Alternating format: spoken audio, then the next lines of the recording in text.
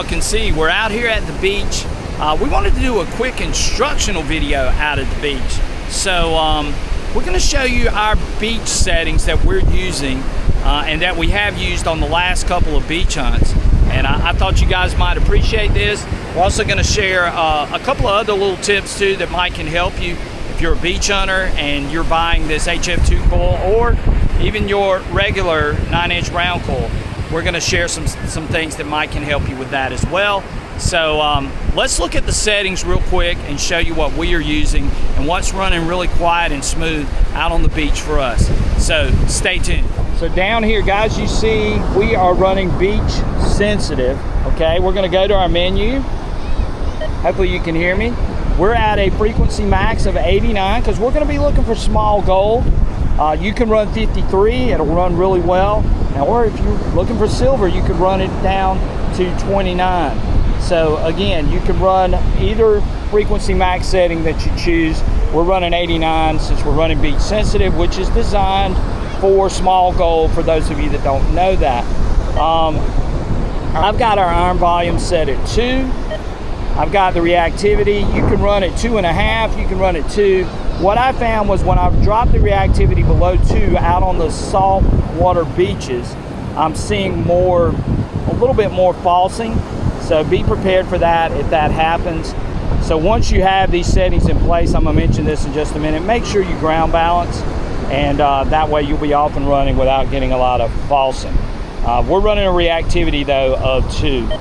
Our audio response, we've got it set at 4.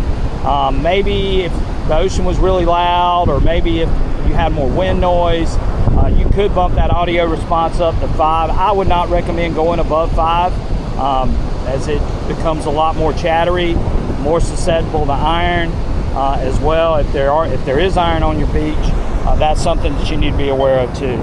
I have 0 threshold, but if you like that little hum in the background, you can turn that threshold up, totally up to you.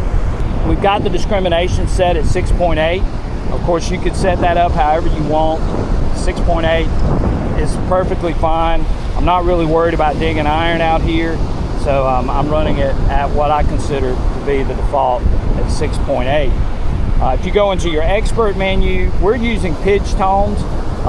Probably another one too that you could go to that might work out on the beach would be a two-tone program, and running that frequency up a little bit higher for that second tone bank.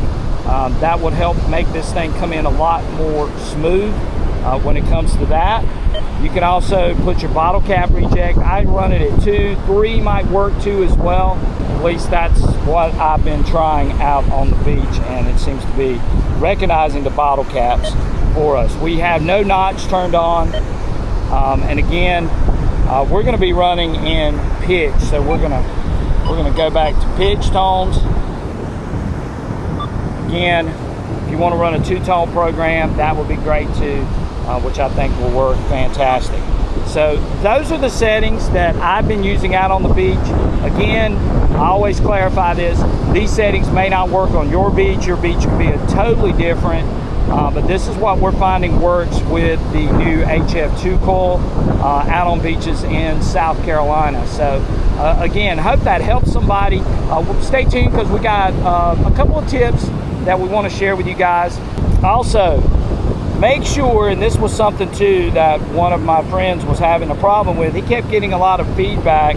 And so when I went over to option and I looked at his audio, if you hit the audio menu screen and you hit select, you'll see the audio out, which is your speaker volume, and you will also see audio filter. Now you can run that audio filter at 1, or you can run it at 0, however you choose to do, but do not run the audio filter up out on the beach, because that will cause you to get a lot of feedback noise off of the soil. So I definitely wanted to share that with everyone, make sure they were aware of that, as that was a problem with my buddy's machine who's out on the beach right now, and we got him set up and now he's running smooth and quiet out on the beach. But I wanted to share that and make sure everybody was aware of it, and just make sure you don't adjust that audio filter up too high.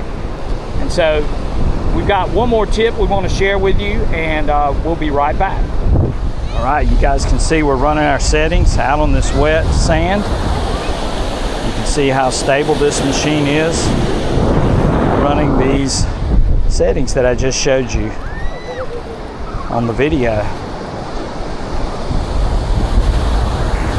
So it just came in, wet sand, and they run really smooth. I'd say buttery smooth is the word I'd use. Those settings work for us on our beaches. They might work for you, and they might not. So keep that in mind, and then try to tweak your settings for your beach as well. Maybe having a baseline of what we showed and adjusting it. So that could be something that you guys try, and we hope that helps. And we've got more tips coming, so stay. So for you guys that are having trouble attaching your antenna, you can actually buy this piece that you see on this HF2 coil, and it clips onto the top to hold the antenna in place so it doesn't come off. So you guys getting in the surf, that's going to be something that you're going to want. So this is a great tip.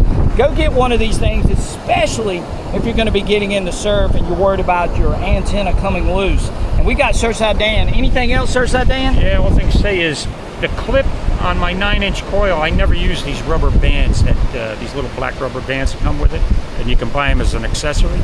But with this HF coil, you need the rubber bands because it will not clip on like it did with a 9-inch and stay on without the rubber band. So that's the tip of the week. That's your all right, Michael, yeah. Your turn. Yeah, it's Michael's turn now. So we got a tip of the week from Mr. Surfside Dan. You need these little clips if you're getting out in the surf. Actually, it's just a rubber band. Right, it's a rubber band is what Dan's calling it. Oh, that's really cool. So I wanted to share that with you guys, especially you guys that plan on getting out in the surf with the HF2 coil and getting in the water. You don't want that antenna coming loose, and this is a great way to do that as well. We gave you the settings that we were using out on the beach, then we gave you a little tip about an accessory that you might want to use when you're out on the beach with your new HF2 coil. I bought them from Mike at LMS. Right. So he has them in stock.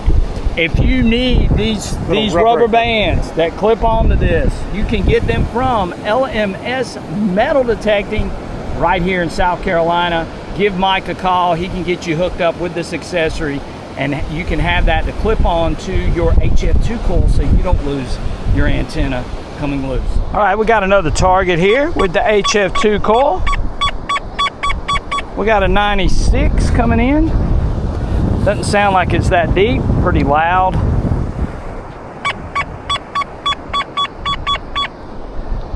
But now it's a 99.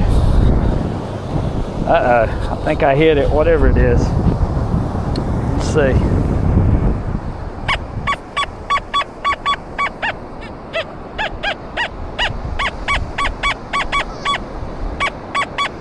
It's changing on us, which is really weird. I see it. There it is. The old dune buggy Jeep. How about that? Some kid's feelings got hurt. He lost his dune buggy. All right. XP Deus 2 HF2 coil beach sensitive program is what we're running.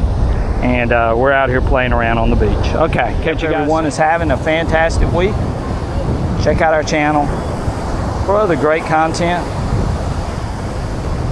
featuring the XP Deus 2.